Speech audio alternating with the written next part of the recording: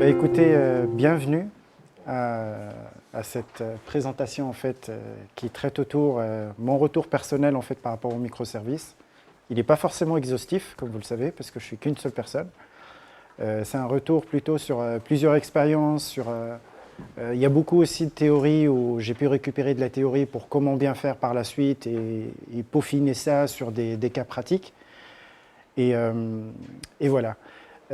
Juste pour vous parler de cette présentation, malheureusement les diapos sont en anglais, mais je vais faire la présentation en français. N'hésitez pas à m'arrêter, n'hésitez pas à me demander s'il y a quoi que ce soit, parce que j'ai envie quand même de prendre mon temps en fait, d'expliquer les choses ou finalement en fait, d'exposer les choses. Peut-être j'outrepasserai quelques notions.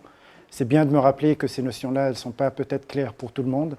Et ça me revient comme ça en fait, j'essaie de passer le message que j'ai envie de vous faire passer et de vous partager. Voilà. Alors, le talk, c'est plutôt, comme je l'ai dit, c'est un retour d'expérience sur les microservices. Le QR code, c'est mon LinkedIn, si vous voulez vous connecter avec moi ou me suivre. Voilà. Alors, qui je suis en fait, je suis plusieurs choses. Je suis développeur. Je suis coach aussi, tout ce qui est crafting software, en fait, tout ce qui est bonne pratique de l'XP principalement. Je fais aussi beaucoup de DDD et je suis aussi formateur. Et aujourd'hui, mon vrai poste, c'est je suis CTO d'une petite start-up, finalement une start-up qui fait du conseil, qui est en Suisse. Préciser quelque chose, c'est que j'ai travaillé dans 4 pays jusqu'à maintenant, vécu, travaillé. Donc à la base, je suis tunisien, donc j'ai travaillé en Tunisie 2 ans. Après, j'ai passé pas mal de temps à Paris, après à Montréal. Et là, je suis en Suisse sur plusieurs endroits. Donc j'ai travaillé à Lausanne, à Genève, à Zurich, et un peu partout en fait en Suisse, et même en dehors quand l'occasion se présente. Si vous voulez savoir beaucoup plus sur moi, le site web aussi. Voilà. Assez parlé de moi. Donc, première chose, première règle d'or, ne commencez pas avec l'archi-microservice. Jamais. Pourquoi? Parce qu'il y a beaucoup de raisons par rapport à ça. La première, c'est que vous ne connaissez pas assez votre domaine métier. Il y a pas mal d'inconnus pour pouvoir faire ça. Et le problème, c'est que dès que vous créez un composant que vous allez déployer par la suite, ça va être très très compliqué de revenir en arrière et finalement en fait de ressortir des composants ou de refusionner ça avec quelque chose d'autre. Donc, morale de l'histoire, c'est que, et ça j'ai eu des très mauvaises expériences dessus, c'est que tant que vous ne connaissez pas très très bien votre domaine métier, c'est pas intéressant en fait de faire des microservices. Il vaut mieux commencer par un monolithe. Alors c'est moche, mais voilà, et il vaut mieux commencer par un monolithe. Pourquoi? Parce que vous avez assez de flexibilité sur le monolithe pour pouvoir en fait dire ok, je peux déplacer ce composant-là, cette partie-là, elle devrait être plutôt ici. Voilà, ça vous aide beaucoup au début parce que ça vous offre cette flexibilité-là en fait qui va vous permettre de se dire ok, là quand même j'ai assez de liberté pour pouvoir gérer et je pourrais faire ça. Le problème de ça, c'est que les gens en fait quand je dis monolithe, dans leur tête, ça dit un seul composant qui fait toutes les choses. Alors que, en fait, c'est pas ça. C'est que plutôt, on peut faire du monolithe en décomposant en modulaire. D'accord? Et quand on fait ça, c'est beaucoup mieux que de faire du microservice. Parce que ce qu'il ne faut pas oublier, c'est que quand on crée un microservice, ça crée une autre couche aussi d'abstraction. Parce que ça va être un autre composant qui sera déployé ailleurs, voilà. Il y aura tout ce qui va avec. Donc il va falloir recréer pas mal de composants techniques par la suite, ou peut-être les recréer, les réutiliser, mais ça n'empêche, c'est une autre couche d'abstraction. Pour revenir en fait sur le fait qu'il ne faut pas commencer sur les systèmes, pour appuyer mon point de vue pour dire qu'il faut le faire plutôt sur des systèmes existants. En fait, je me penche sur Sam Newman, qui est en fait le créateur de l'architecture microservice et qui a fait en fait le livre Building Microservice. Et ce n'est pas moi qui le dis, c'est lui. Ce qu'il dit, c'est que finalement, il vaut mieux commencer par un produit existant et plutôt découper des composants et les faire sortir, que plutôt, disons, en fait, créer ça à nouveau. Juste pour revenir sur une notion très intéressante, qu'est-ce que c'est qu'un microservice? Je vais revenir à la définition de Sam Newman. Un microservice, c'est un composant qui est déployable, qui est complètement autonome, qui ne prend pas plus de 2 semaines à développer. Ça, c'est la définition en fait, de base qui a été créée. C'est suffisamment petit pour être développé en 2 semaines. Là, comme ça vous donne une idée en fait, de la taille de c'est quoi le composant que j'ai en tête qui est déployable, qui est complètement autonome. Donc, je vous invite à lire son livre, d'ailleurs, parce que là, il donne pas mal de cas où finalement, il ne faut pas le faire. Les gens, quand ils voient ça, ils disent oui, en fait, il faut en faire forcément. Non, en fait, Building Microservice, il explique vraiment les cas où c'est très, très spécifique, où on peut le faire. On va en parler plus tard, en fait, les cas où on doit le faire, où ça va nous apporter de la valeur. Ce livre-là, en fait, c'est fait par Simon Brown. C'est l'un des meilleurs livres, en fait, qui explique l'architecture pour le développeur. Parce que je précise, développeur, ça ne veut pas forcément dire architecte technique. C'est 2 rôles séparés. Il y a des équipes où moi j'ai vu le rôle d'architecture, il est déployé chez les développeurs, c'est ce que moi j'adore, mais c'est un autre skill qu'il faut développer. Et ça n'a rien à voir en fait avec le développement. Alors, première stratégie, si vous voulez faire du microservice, c'est ce qu'on appelle le strangling monolith. C'est-à-dire, en fait, vous avez quelque chose qui est assez grand. Ça peut être du legacy, principalement. Et vous allez commencer à créer les fonctionnalités. Et à chaque fois que vous créez la fonctionnalité elle est complètement autonome sur un composant à part. Et c'est un composant lui-même. Et dans ce cas-là, c'est ce qu'on appelle un microservice. Ça, c'est une technique, en fait, qui est assez souvent utilisée, qui vraiment en fait donne, disons en fait, qui rapporte le plus quand tu utilises le microservice parce que ça permet de tuer en fait un système legacy. Et c'est ce qu'on veut en fait en général. Un système legacy, on veut le maintenir, éventuellement garder les mêmes fonctionnalités, mais on veut dégager cette complexité petit à petit.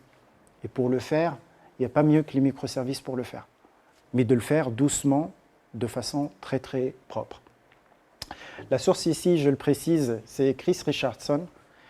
Et c'est l'un des meilleurs bouquins sur les microservices qui est les microservices patterns. Parce qu'en fait, on va en parler des patterns en fait, qu'il faut utiliser dans les microservices qui vont nous aider beaucoup en fait, à le faire. Alors, première chose, on veut découper en microservices. L'idéal, c'est de découper de façon fonctionnelle, c'est-à-dire en se basant sur des fonctionnalités. La meilleure méthode pour le faire, c'est Domain Driven Design. Il y a peut-être d'autres méthodes qui existent, mais moi, en tout cas, de par mon expérience, j'ai trouvé que Domain Driven Design, c'est ce qui s'y prêtait le mieux à le faire. Prêt à en discuter si vous avez d'autres approches, parce que j'aime bien aussi tester des nouvelles approches si j'en connais pas. Alors, donc, comme on a dit, c'est de l'extraire en se basant sur la fonctionnalité, de l'isoler tout seul, de le démarrer tout seul, et de le connecter par rapport à ce système legacy-là. On utilise en fait une technique qui s'appelle le context mapping. Pour ceux qui connaissent un peu DDD, c'est en fait des patterns en fait, de communication fonctionnelle entre les composants. L'un des exemples que je peux donner sur ces patterns-là, c'est ce qu'on appelle l'ACL, l'Anti-Corruption Layer. Comme son nom l'indique, c'est de se dire que quand je vais créer une nouvelle fonctionnalité, que je vais me connecter en fait, sur mon legacy, en fait, je crée une couche d'anticorruption qui va me permettre en fait, de faire du mapping des données ou des choses que je récupère du legacy sans polluer en fait, mon microservice. Ça, c'est une des techniques en fait, qu'on utilise quand on le fait. Ça, je parle de nouvelles fonctionnalités. L'autre technique, c'est ce qu'on appelle le Open Host Service. En gros, je ne vais pas créer une couche d'anticorruption au niveau de mes microservices, je vais le faire le plus proche possible de mon legacy. En gros, je crée peut-être une API ou quelque chose comme ça qui simplifie, qui cache complètement la complexité, mais côté legacy. Pour celle-là, ça demande en fait un niveau de confiance assez haut sur le fait qu'on peut le faire sur le legacy. Parce que quelquefois, on n'a pas assez confiance sur nos capacités ou nos connaissances. Et dans ce cas-là, si on ne veut pas prendre de risques, ben en fait, on tourne et on revient sur l'ACL. C'est ce que moi, j'ai tendance à faire en tout cas. Et généralement, j'ai très peu de confiance dans ce que je fais. Donc voilà. Alors, est-ce que jusque-là, il y a des questions, il y a des interrogations, il y a peut-être des remarques? Oui. Pourquoi là, il y a un seul open host service, il n'y a pas un par microservice? En fait, en général, quand on fait ça, c'est que le legacy, il a, comment dire, on a découvert que plusieurs microservices utilisent la même fonctionnalité. Et du coup, dans ce cas-là, on se dit, au lieu de dupliquer le fait de faire le mapping sur les microservices, on dit, bah, pourquoi pas en fait faire un seul composant qui, lui, derrière, en fait, propage en fait, ça sur tous les microservices. Mais c'est le seul cas réellement en fait qui s'y prête, c'est-à-dire les deux microservices, ils ont besoin de la même info qui est structurée pareil. C'est pour ça qu'on l'utilise. Oui. C'est un module autonome aussi ou du coup il est Alors, dans le monolithe, enfin, très proche? l'idéal, c'est que ce soit dans le monolithe. Ok. L'idéal, c'est que ce soit dans le monolithe. Mais quelquefois, ce n'est pas le cas. Et rien n'empêche de combiner les deux. Si par exemple, on a besoin de plusieurs choses, par exemple, le microservice ici, il a besoin de quelque chose de spécifique, bah, il fait un ACL uniquement pour la partie spécifique. Et dans le cas où c'est quelque chose de commun, bah, là, en fait, on fait une API un peu commune. Ça, si vous connaissez le DDD, Open Host Service aussi, ça fait quelque chose qu'on appelle un Published Language. Ça veut dire on publie un langage métier pour que tous les autres puissent en fait l'utiliser. Alors tout ça, je pousse vers la partie fonctionnelle, mais il y aura la partie technique par la suite, hein, je vous rassure, pour ceux qui s'intéressent à la technique. Donc là, j'avais un talk en fait sur ça, vous pouvez le regarder, je pense. Alors maintenant, on va commencer avec la partie purement technique. Et là, une des règles que moi j'ai appris à mes dépens, c'est de ne jamais faire communiquer les microservices entre eux directement. Pourquoi? Parce que tout simplement, si on fait ça, bah, ça crée ça.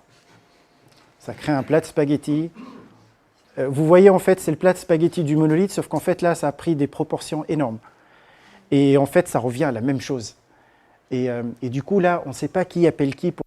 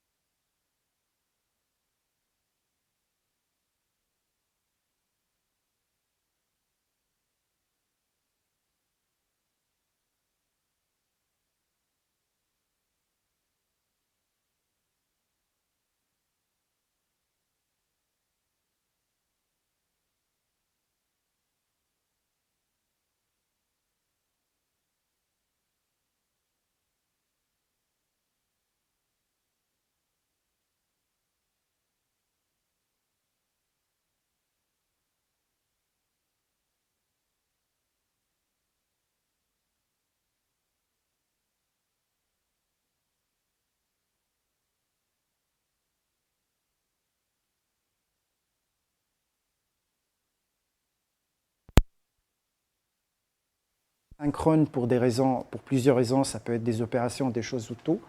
Là, on l'utilise plutôt des API, ça peut être du REST, comme du gRPC, comme d'autres protocoles, mais toujours en se basant sur le registre en fait, pour pouvoir appeler ces actions-là qui sont plutôt synchrones. Alors, c'est à ça que ça ressemble finalement quand on le fait. C'est beaucoup plus propre. Et si on a besoin de quelque chose asynchrone, je passe sur la partie bus. Synchrone, je passe plutôt par un service registry parce que j'ai envie de l'appeler. Il y a d'autres patterns dont j'en ai pas parlé, mais si vous avez des questions sur des choses qui sont spécifiques, on en parlera. Le premier pattern, c'est plutôt comment on fait en fait si on a une base de données. Est-ce que chacun il va prendre sa base de données? Oui. Alors, logiquement, dans les microservices, ce qui se passe, c'est que chaque microservice, sur le pattern de base, il a sa propre base de données. Mais, dans certains cas, moi j'ai vu des cas où finalement on utilise des bases de données centralisées. Et du coup, comment on fait pour gérer ça? Ben, en fait, on utilise quelque chose qui s'appelle les saga patterns. Et dans les saga patterns, il y a deux choses. Il y a ceux qui se basent sur la chorégraphie, je vais l'expliquer, et ceux qui se basent, ce qu'on appelle, sur l'orchestration. Je préfère la chorégraphie, pourquoi? La chorégraphie, comment ça se passe? C'est que on fait ce qu'on appelle de l'eventual consistency. Ça veut dire, chaque microservice, quand il fait un traitement, il commit en fait quand il finit sa transaction, et c'est une transaction que des transactions locales. Donc chacun il a sa propre transaction quand il fait le traitement. Donc on ne se mange pas, il n'y a pas de transaction globale, il n'y a rien de tout ça. L'orchestration, c'est qu'un microservice va orchestrer les transactions pour tous les autres microservices. Pour moi, en tout cas,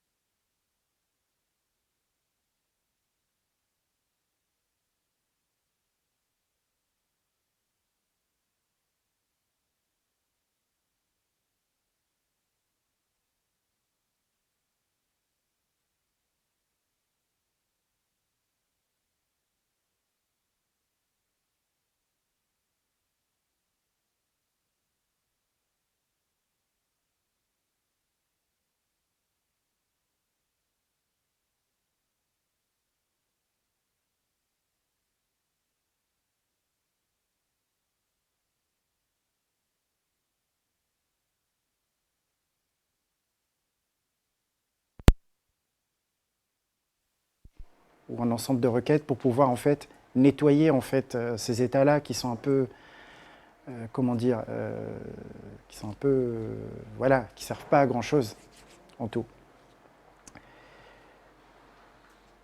Alors, du coup, la chorégraphie, bah, c'est ce que j'ai dit tout à l'heure. Là, plus en détail, c'est plutôt de se dire que quand je finis, je pousse vers quelque chose, l'autre il récupère, il fait son traitement, et après il repousse.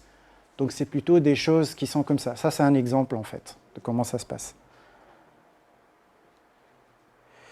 Alors, un autre pattern qui est très intéressant, surtout si vous avez du front, surtout que Manon tout à l'heure elle en a parlé, le front c'est très important, c'est d'utiliser ce qu'on appelle un BFF, un backend for frontend. Ça veut dire un microservice dédié juste à servir la partie front. Ça peut être n'importe quel consommateur, mais on peut prendre par exemple l'UI comme exemple. Pourquoi? Parce que ça permet de ne pas exposer directement le microservice, donc vous n'exposez pas votre architecture à l'extérieur, Ça vous donne plus de flexibilité si vous voulez changer vos composants, les déplacer, les décommissionner, tout ce que vous voulez. Le seul qui est visible, c'est le BFF. En fait, c'est celui-là. Et celui-là, sa fonctionnalité, c'est quoi?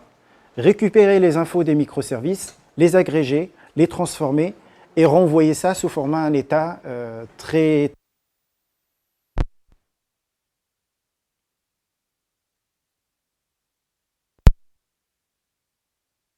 GraphQL pour le faire, pour le front. Oui. Est-ce que vous avez des questions? D'autres questions? Tout va bien, ok, parfait. Alors, là, c'est les cas où on utilise en fait un BFF. Comme je l'ai dit, c'est une API en général pour exposer tout ce qui est à l'extérieur. Il y a plusieurs façons de faire. L'une des façons, c'est que finalement de l'exposer quel que soit l'utilisateur, donc pour plusieurs types d'utilisateurs. Ici, on peut voir en fait qu'il y a du web, il y a aussi du mobile. L'autre cas, c'est que moi j'ai vu, c'est aussi dédié par type de client. Ça, c'est un grand classique, donc voilà. Je donne les sources, comme ça en fait vous pouvez voir où est-ce que c'est. C'est des sources officielles. Là, c'est le site de Sam Newman, donc c'est le gars qui a créé les microservices. Alors, pour les tests, vous savez qu'on est dans une conférence de craft. Si on ne parle pas de ça, ils ne vont pas m'aimer. Donc, le truc que moi j'utilise et que j'adore en fait avec les microservices, c'est de faire du contract testing. Le contract testing, en gros, c'est quoi? C'est le fait que c'est mon consommateur qui me drive. Et c'est mon consommateur qui va définir le contrat de qu'est-ce qu'il veut exactement. Il y a déjà en fait des outils qui permettent de faire ça. L'un des outils qui est très connu, c'est Pact.io pour ceux qui connaissent. Et comment ça se passe le Consumer Driven Contract? Si j'ai du front, en fait, le front, je vais utiliser une librairie qui va me permettre en fait de moquer le back. Cette librairie-là, avec les mocks, elle va me générer un contrat. J'utilise ce contrat-là pour valider pour générer des tests pour pouvoir tester mon back. Et si j'ai plusieurs clients front pour la même API, en fait, je vais avoir plusieurs contrats et le provider, c'est-à-dire en fait la partie back, va devoir en fait valider par rapport à tous ces clients-là. Il y a déjà des outils qui existent, on pourra en parler plus en détail si vous voulez autour d'un café par la suite. Et c'est un sujet très intéressant parce que le Consumer Driven Contracts, c'est une des évolutions de TDD aujourd'hui qui existe sur le marché.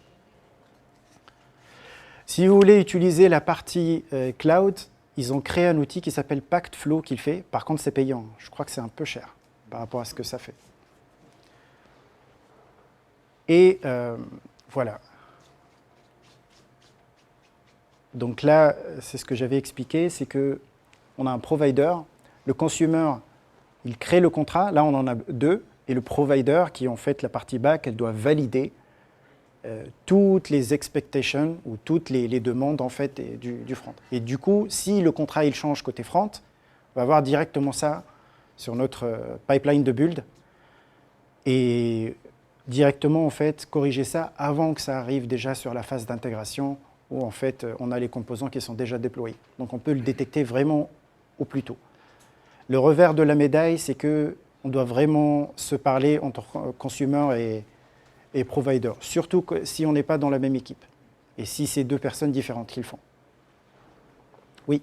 Quand tu parles de contract testing, c'est uniquement pour la plateforme front-end ou c'est pour tous les microservices, les applications?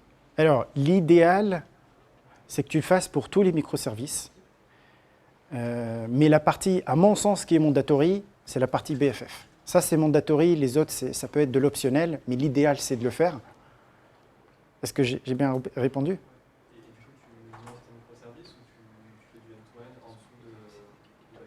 Alors, c'est là où c'est différent. L'approche Consumer Driven Contract, c'est que tu ne fais pas du end-to-end sur toute la chaîne des microservices. Ça, c'est ce qui n'est pas recommandé justement pour les microservices. Tu prends toujours en fait un seul microservice à la fois, tu moques la partie, donc il moque la partie où il va appeler les autres. Ça génère le contrat pour les autres. Et il valide, lui, par rapport à comment en fait on l'appelle. Tu vois un peu l'approche? C'est-à-dire en fait chaque microservice, il va générer pour Pour les choses qu'il consomme, il génère les contrats pour les autres, et en fait, il valide les contrats de ceux qu'il consomme. Sur la partie test, comment c'est représenté du coup? Alors, très simple. Pact, comment ça fonctionne? C'est que sur la partie consumer, tu utilises une librairie de mock Pact qui elle-même, en fait, elle fait le mock et elle génère aussi le contrat, qui est en fait un fichier JSON. Il est poussé vers un broker. Le broker, c'est une appli en fait, que tu déploies, ou finalement dans PactFlow, c'est dans Pact. Et ton provider, quand il va valider, en fait, il sait, selon des labels et tout, il récupère ses contrats et il se valide par rapport à ces contrats-là. Est-ce que c'est clair ce que je dis ou... Alors, regarde comment ça se passe. J'ai un consommateur, j'ai besoin de faire des appels. Pour chaque appel, je vais le moquer. Quand je finis mon mock, j'ai juste son commande à lancer. En se basant sur ces mots-là, il me génère un fichier JSON. Je le pousse sur le broker. Vient par la suite le provider, qu'est-ce qu'il va faire? Quand il va lancer sa pipeline de build, il va récupérer tous les contrats, il va générer des tests à partir de ces contrats-là, et il va s'auto-valider par rapport à ces tests-là. Il n'y a rien à faire en fait. Quasiment.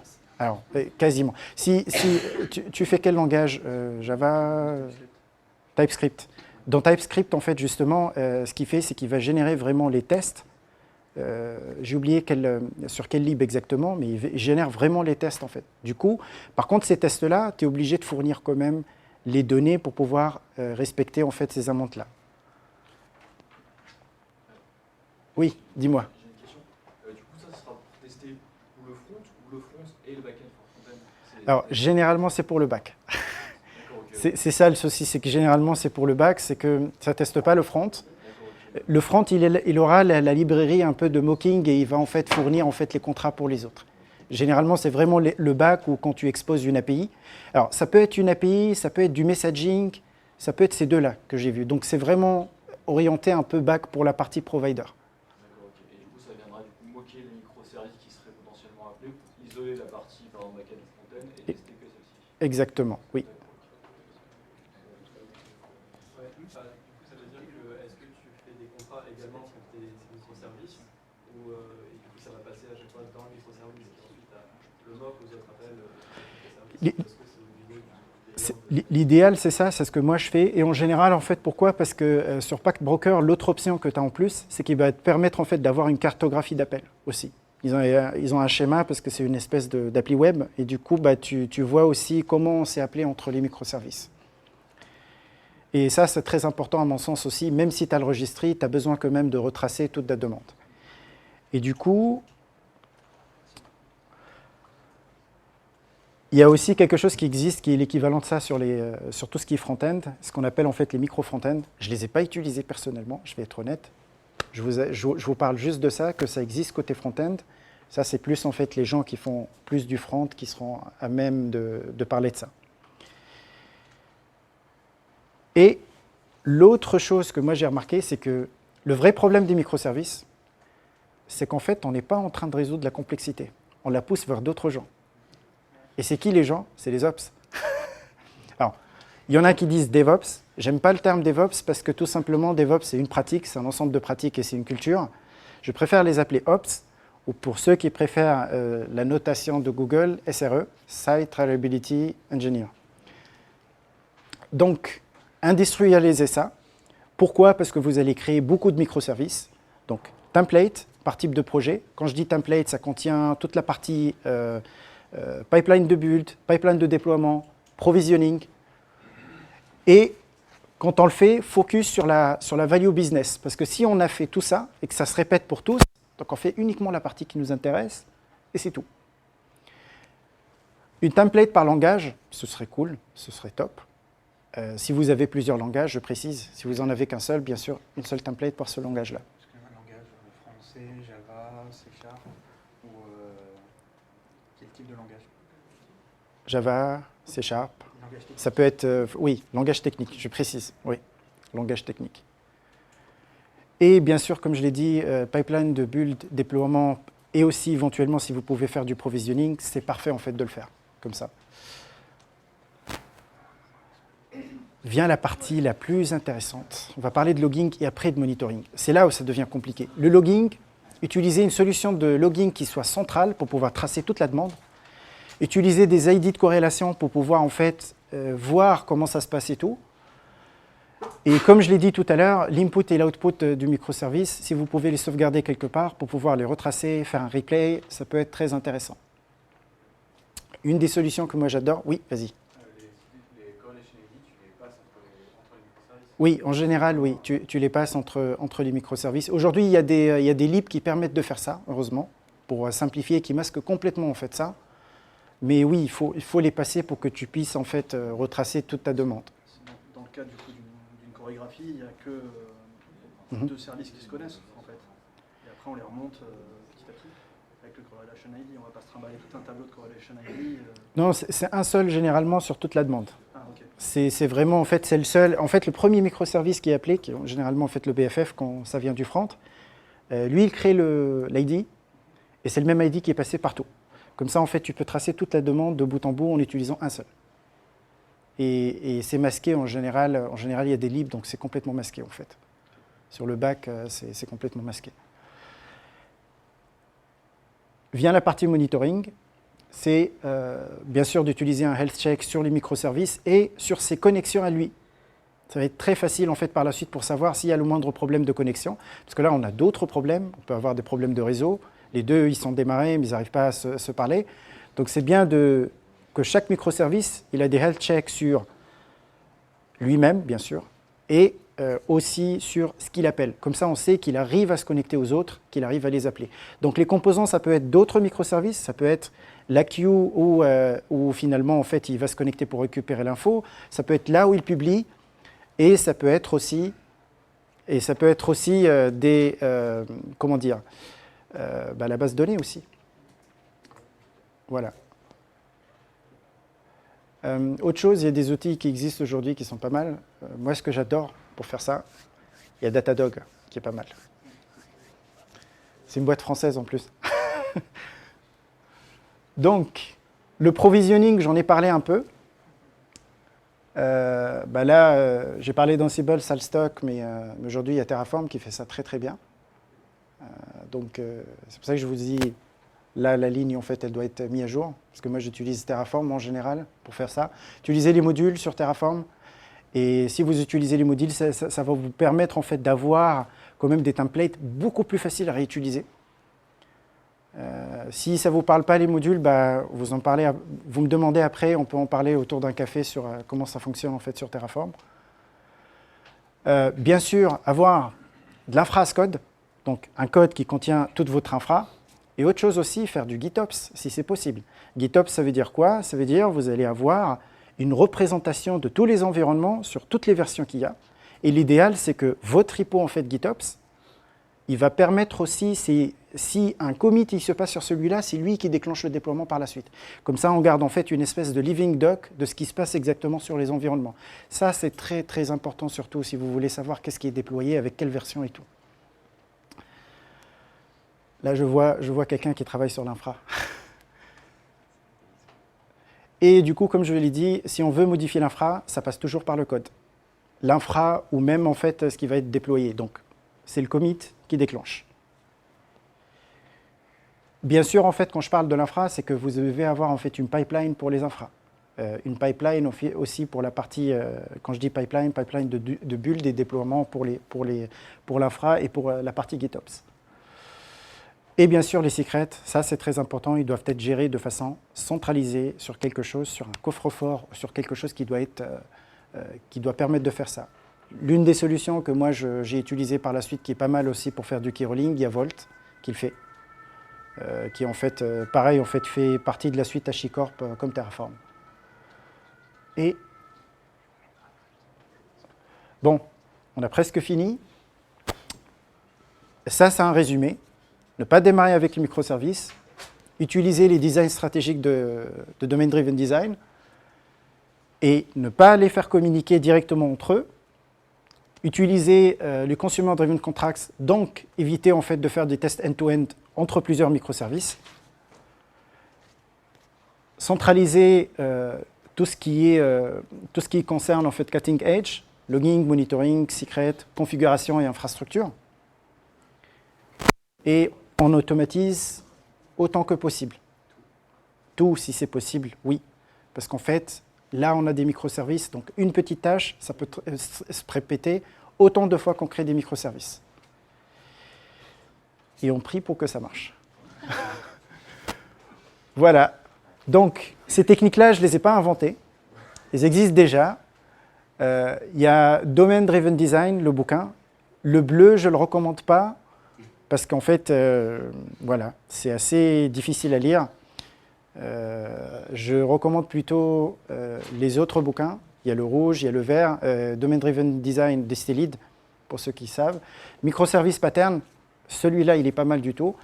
Les 12 factors, ça c'est quelque chose qui a été créé par Heroku, par les gens qui ont créé Heroku. Il y a de très bonnes pratiques en fait de développement et de déploiement. Et le livre DevOps Practice, qui contient en fait toutes les pratiques. Et si je dois ajouter un livre, j'ajouterai Accelerate sur celui-là. Parce qu'il regroupe en fait pas mal ces pratiques-là. Voilà, si vous avez des questions, je suis là. Et merci de fournir aussi le feedback. Merci.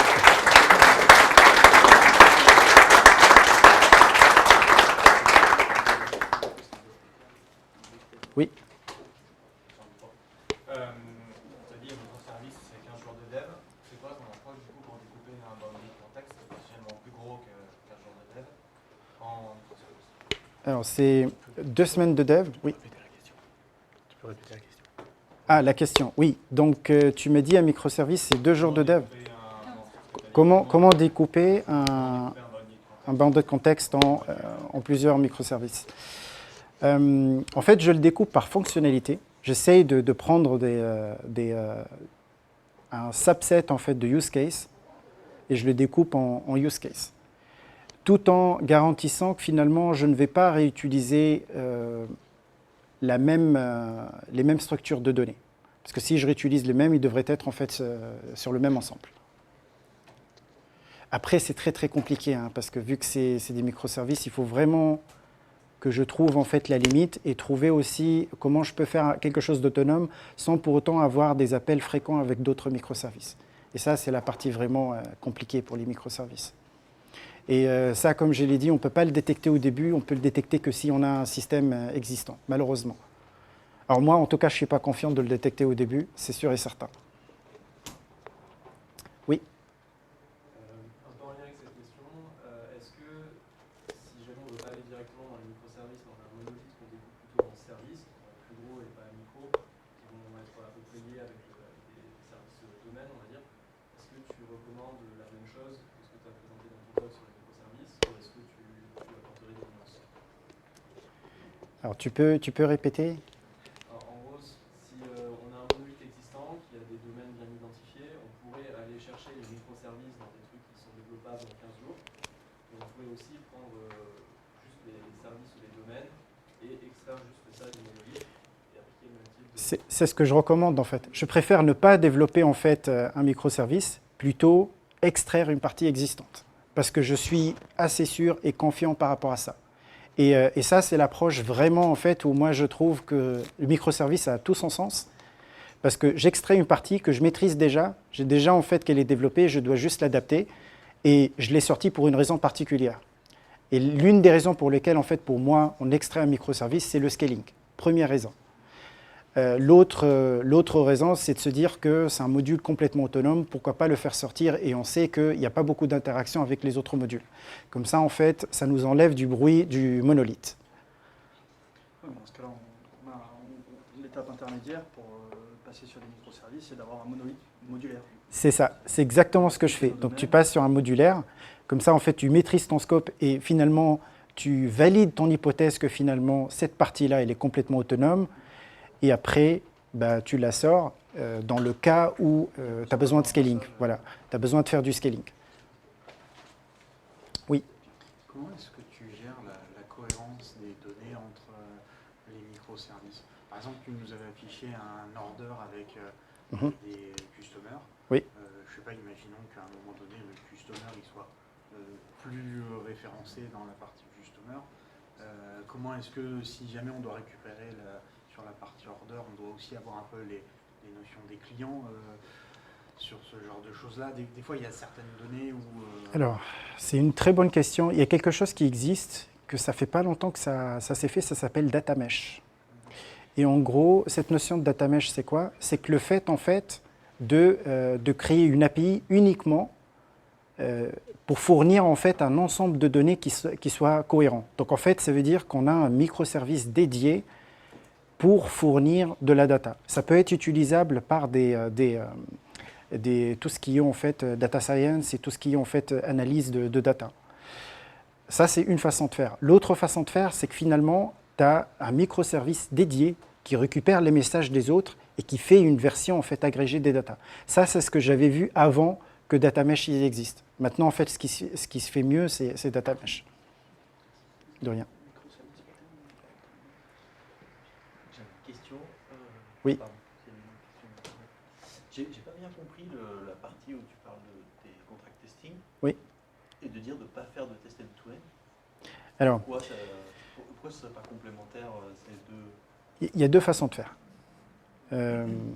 Alors, tu peux avoir un test end-to-end complet, mais finalement, je ne le ferai pas pour des vrais tests end-to-end. Je ferai un smoke test pour pouvoir vérifier qu'en fait, toute ma chaîne, elle marche.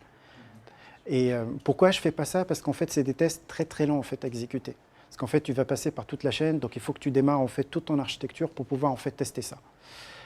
Et du coup, du contract testing, c'est que ça te permet de garantir que j'ai un composant, un microservice qui est démarré.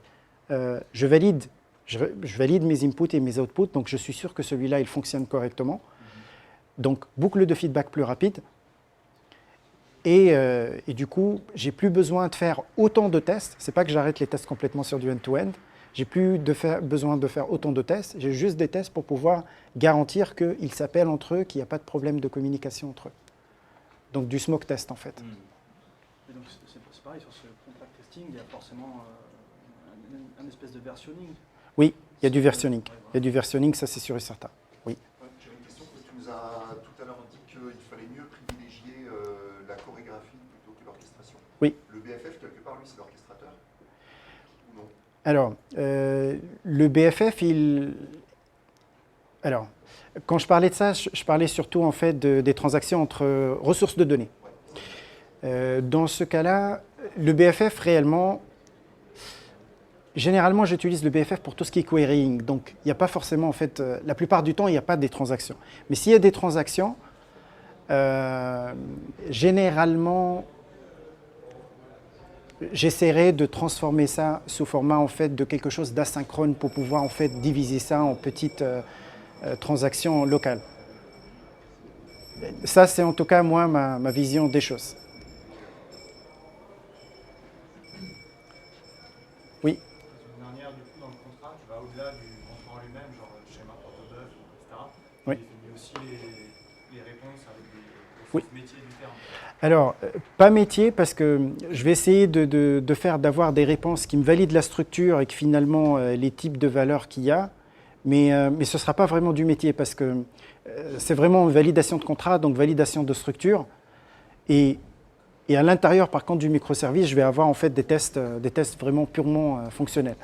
C'est différent pour ne pas avoir en fait plusieurs responsabilités sur la même chose, sur les mêmes types de tests. C'est bon? Ok, merci.